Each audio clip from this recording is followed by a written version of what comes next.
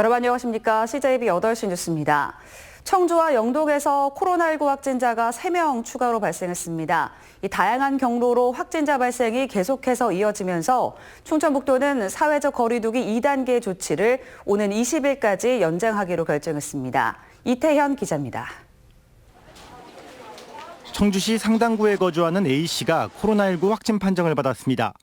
A씨는 대구 동충하초 사업 설명회에 참석했다 확진 판정을 받은 충북 134번 확진자의 밀접 접촉자로 분류돼 검사를 받았고 양성을 나타냈습니다. 이 밖에도 서울 확진자와 접촉해 영동군에서 자가격리돼 온 60대도 확진 판정을 받는 등 충북의 코로나19 확진자 수는 140명을 넘어섰습니다. 이런 가운데 충청북도는 정부 방침과 같이 사회적 거리 두기 2단계 조치를 2주간 연장하기로 결정했습니다. 다만 일부 분야에서의 방역 조치는 완화했습니다. 우선 실내 50명, 실외 100명 이상의 집합이나 모임은 기존과 같이 금지되고 사회복지시설과 어린이집 등의 휴관 휴원도 유지됩니다. 하지만 고위험 시설 12종에 대해서는 집합 금지에서 집합 제한으로 방역 조처 단계를 한 단계 낮추고 업종별로 영업 금지 시간을 정했습니다. 밤 9시부터 새벽 5시까지 운영을 중단했던 목욕장업도 운영 중단 권고로 완화했습니다. 도내에서는 감염 경로가 다양한 확진자가 지속적으로 발생하고 있으며 앞으로의 몇 주가 방역의 성공 여부를 결정하는 중요한 시기가 될 것으로 판단됩니다. 한편 충청북도는 다가오는 추석과 관련해 타 지역 방문을 최대한 자제하고 가급적 벌초 대행을 이용해달라고 당부했습니다. CJB 뉴스 이태현입니다.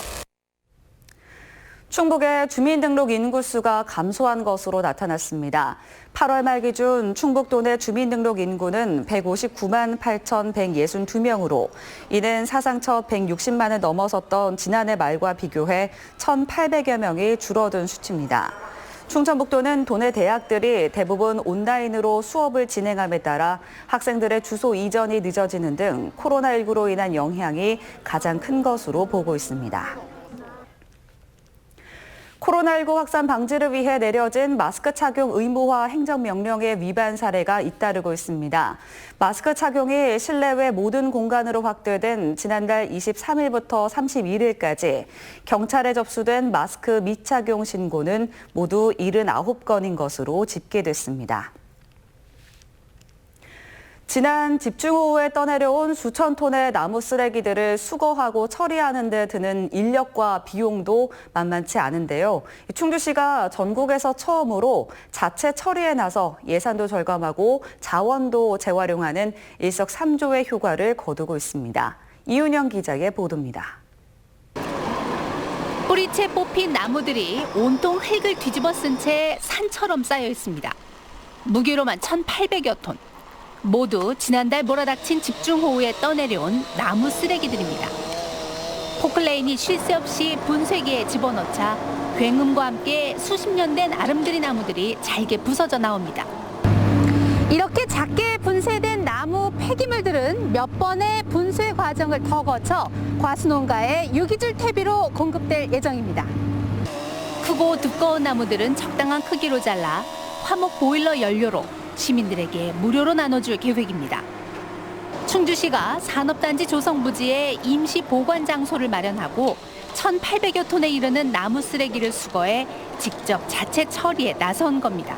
일단은 신속한 수거가 우선 돼야 되고 또 최근에 각종 재난으로 인해서 비용이 많이 들어가고 있는데 저희들 차원에서는 복구비를 절감하자는 그 의도에서 계획을 하였습니다. 자체 처리로 절약된 예산만 3억 5,600만 원. 수해 복구에 힘을 보태고자 하는 지역 업체들이 직접 수거와 운반을 책임져줬고 하루 대여료만 수백만 원에 이르는 파쇄기를 무상 지원해주는 등 든든한 지원이 큰 힘이 됐습니다. 시에서 좋은 사업을 한다고 해서 마침 저희 회사가 갖고 있는 그 파쇄 장비를 이용해서 같이 참여를 해서 좀 수해 복구에 좀 보탬이 되고자 지원을 하게 됐습니다. 수해로 발생한 나무 쓰레기를 자치단체가 직접 처리에 나선 건 전국에서도 처음 있는 일. 수억 원의 예산 절감과 함께 자원 재활용과 무상으로 땔감과 퇴비까지 지원하는 일석삼조의 효과를 거두고 있습니다. CJB 뉴스 이윤영입니다. 충청북도와 산림청이 소나무 제선충병 방제를 위해 항공예찰에 나섭니다. 항공예찰은 오는 18일까지 충주와 옥천 등 도내 9개 시군 2만 6천여 헥타르에서 이루어집니다. 충북에서는 5년째 제선충 발병이 이어지고 있으며 산림당국은 고사목 발견 시 신고해 줄 것을 당부했습니다. 제천시가 관광객 유치와 원도심 활성화를 위해 내년 3월까지 제천 시내 4곳에 게스트하우스를 건립합니다. 이들 4곳 게스트하우스의 총 수용 규모는 146명 정도이며 영천동 옛 철도 관사 부지와 청전동 어린이공원 부지 등에 들어서게 됩니다.